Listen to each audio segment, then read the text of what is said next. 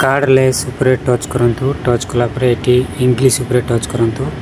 Touch कला परे eighty आपणकर मोबाइल नंबर एटी टाइप करंतु। मु मोर मोबाइल नंबर एटी टाइप कली। टाइप कला परे एटी प्रेस करेक्ट उपरे टच करंतु।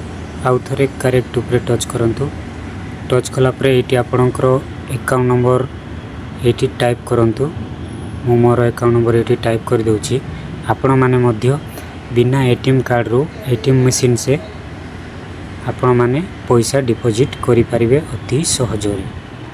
देखंतु मो एटी अकाउंट नंबर टाइप कला परे एटी प्रेस करेक्ट उपरे टच करबी। एटी आपणकर अकाउंट नंबर ठीक अछि तेबे यस उपरे टच करंतु। टच कला परे देखंतु एटी बॉक्स ओपन हे गला।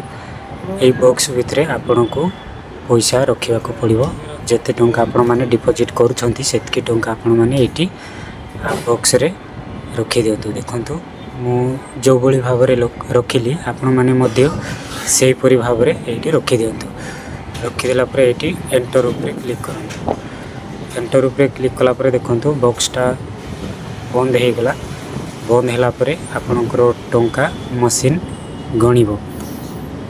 तो गणिला परे केते टंका आपण माने डिपॉजिट करिसंती सेटा एटी देखेबो। देखंतु मु 9000 टंका डिपॉजिट करिछि। 9000 देखेला परे एटी कन्फर्म उपरे आपण माने टच करंतु। टच कला परे एटी आपणकर स्लिप केते टंकार आपण माने डिपॉजिट कले सेही स्लिप एटी आसीबो। आपण माने मध्य अति